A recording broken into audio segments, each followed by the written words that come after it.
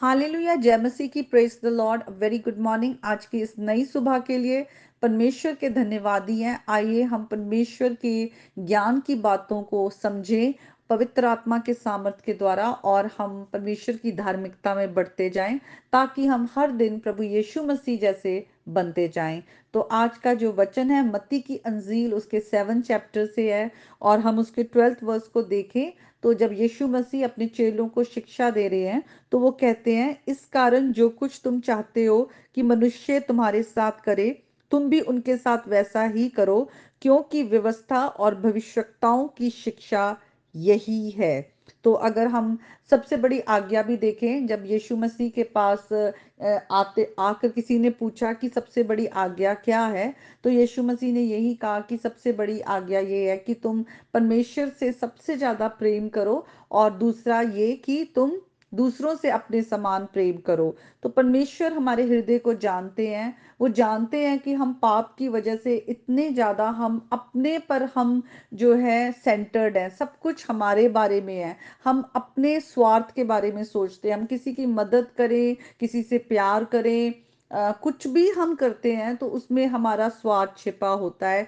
चाहे हम उसे माने ना माने, पर परमेश्वर हमारे हृदय को जानते हैं। सिर्फ परमेश्वर ने हमसे ऐसा जो सैक्रिफिशियल प्रेम किया है, बिल्कुल ही निस्वार्थ प्रेम, कि हमारे लिए जब हम परमेश्वर से अलग थे, परमेश्वर को जानते नहीं थे और हम अपनी बुराई में थे, परमेश्वर ने अपने पुत्र को हमारे लिए भेजा और प्रभु यीशु मसीह ने हमारे लिए क्रूस पर अपनी जान दी। तो जब हम इस वचन को देखते हैं, इस वचन को गोल्डन रूल भी कहते हैं, कि आज जब हम प्रभु यीशु मसीह में नई सृष्टि हैं, हम प्रभु यीशु मसीह के चेले हैं, तो हमें ऐसा नहीं करना जैसा संसार करता है। अगर वो दूसरे प्यार करते हैं तो प्यार करते हैं, दूसरे नफरत करते हैं तो वो भी नफरत करते हैं, दूसरे मदद करते हैं तो मदद करते हैं, दूसरे दया दिखाते हैं तो दया दिखाते हैं, या अगर वो दया दिखाते हैं या अम, कोई वो जैसे कि लोगों में कुछ बांटते हैं, देते हैं, तो उसके पीछे भी स्वार्थ होता है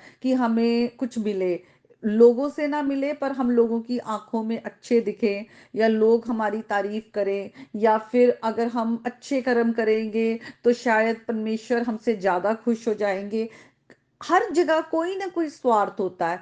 कहीं भी ऐसा नहीं होता कि इसलिए करे क्योंकि परमेश्वर हमसे चाहता है कि जैसा प्रेम उसने हमसे किया है, हम भी दूसरों से वैसा ही प्रेम करें। तो ये वचन में जब हम आते हैं तो ये वचन बहुत जरूरी है, क्योंकि आजकल संसार में जो प्रेम है वो बहुत ही मतलब का हो गया है। आजकल जैसे हमने इससे पिछली आयती देखी तो वहां पर यीशु मसीह कहते हैं, तुम बुरे होकर अपने बच्चों को अच्छी चीजें देना जानते हो। इसका मतलब परमेश्वर हमारे दिलों को जानते हैं कि हमारे अंदर कितनी बुराई है, कितना स्वार्थ है। तो हम देखते हैं कि अगर हम मत्ती की अंजील में भी जाएं, उसके 24th चैप्टर में और 12th वर्स में लिखा है कि अंतिम दिनों के जो चिन्ह थे, जब यीशु मसीह बताते हैं कि अधर्म के कारण लोगों का जो प्रेम है बहुत ठंडा पड़ जाएगा। तो जैसे जैसे हम आगे अंत के दिनों में आ रहे हैं, लोगों का जो प्रेम है वो बहुत ही स्वार्थ हो गया है। अपने अलावा कोई भी किसी के बारे में नहीं सोच रहा। हर कोई अपने लिए ही सोचता है कि मुझे मिल जाए, मेरे लिए हो जाए, मुझे क्या फायदा है। और अगर हम सेकंड तिमोथी में आए, बहुत जरूरी है क्योंकि ये अंतिम दिनों के चिन्ह हैं, तो मैं चाहूंगी कि हम इसे मिलकर पढ़ें। सेकंड तिमोथी उसके 3rd चैप्टर में लिखा हुआ है, स्टार्टिंग से ही, ये जान रख कि अंतिम दिनों में कठिन समय आएंगे। मनुष्य अपस्वार्थी, लोभी, डींगमार, अभिमानी, निंदक, माता पिता की आज्ञा टालने वाले, कृतघ्न, अपवित्र, दया रहित, क्षमा रहित, दोष लगाने वाले, असमी, कठोर, भले के बैरी, विश्वासघाती, ढीठ, घमंडी और परमेश्वर के नहीं वरन सुख विलास ही के चाहने वाले होंगे। वे भक्ति का भेष तो धरेंगे परंतु उसकी शक्ति को ना मानेंगे। ऐसों से परे रहना। तो अगर हम इस लिस्ट को देखें तो हम सब कहीं ना कहीं इस लिस्ट में फिट होते हैं। लेकिन अगर आज प्रभु का वचन हमारे पास आता है और प्रभु का वचन हमसे कहता है कि हम दूसरों से वैसा ही प्रेम करें, दूसरों के साथ वैसा ही व्यवहार करें जैसा हम चाहते हैं कि वो हमारे साथ करें, तो हमें देखना है कि हम अपने साथ कैसा चाहते व्यवहार हो, कि लोग हमारे प्रति दयावान हो, लोग हमारे प्रति नरम हो, हमारी मदद करें, हमारे साथ प्रेम दिखाएं, हम पर अनुग्रह करें जैसे परमेश्वर ने किया है। तो अब वो सब चीजें हमें भी दूसरों के साथ करनी है, क्योंकि वचन में आगे लिखा है, क्योंकि व्यवस्था और भविष्यताओं की शिक्षा यही है कि जैसा हमसे परमेश्वर ने प्रेम किया है वैसा हम दूसरों से करें और परमेश्वर को सबसे ज्यादा प्रेम करें। और यीशु मसीह ने कहा कि तुम इसी से जाने जाओगे कि तुम मेरे चेले हो, अगर तुम एक दूसरे से प्रेम करो। और वचन में ये भी लिखा है, अगर हम पहला यूहन्ना उसके 4th चैप्टर में है, अगर हम 20th वर्स में आए, वहां पे लिखा हुआ है कि अगर तुम अपने भाई से नफरत करते हो और फिर तुम कहते हो कि मैं परमेश्वर से प्रेम करता हूँ या करती हूँ, तो तुम झूठे हो, क्योंकि जिसने अपने भाई से प्रेम नहीं किया, जिसे वो देखते हैं, और फिर वो कैसे कह सकते कि परमेश्वर जिसको उन्होंने देखा नहीं उससे प्रेम करते हैं।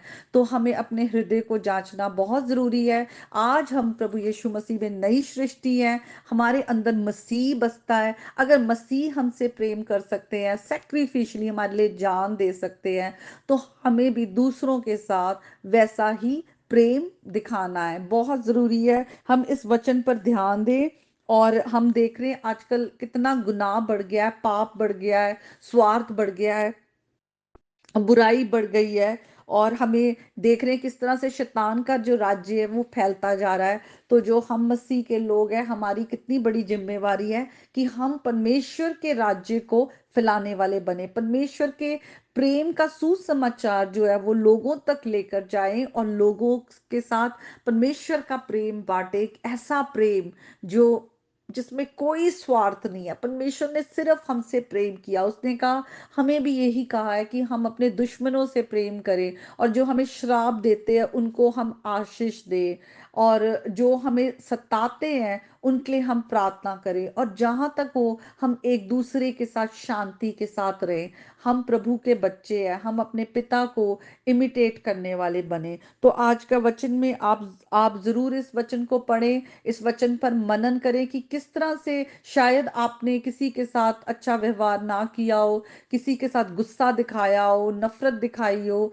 तो आज आप जरूर फोन उठाइए, आप मेल मिलाप करें। वचन में लिखा है कि जो मेल मिलाप कराते हैं वो धन्य हैं, क्योंकि वे परमेश्वर की संतान कहलाएंगे। तो आज आप परमेश्वर की संतान बनिए, मेल मिलाप कीजिए। कहीं भी आपकी नफरत है, गुस्सा है, कुछ भी है, तो आज प्रभु का प्रेम आपके अंदर है, तो वो प्रेम जो है दूसरों को दे। वचन में लिखा है, it is more blessed to give than to receive. हमें खुदा ने आशीषें दी हैं ताकि हम दूसरों के लिए आशीष का कारण बने। तो आज के वचन के द्वारा परमेश्वर आप सबको बहुत बहुत आशीष दे और आप दूसरों के लिए आशीष का कारण बने। प्रभु यीशु मसीह के नाम में आमीन।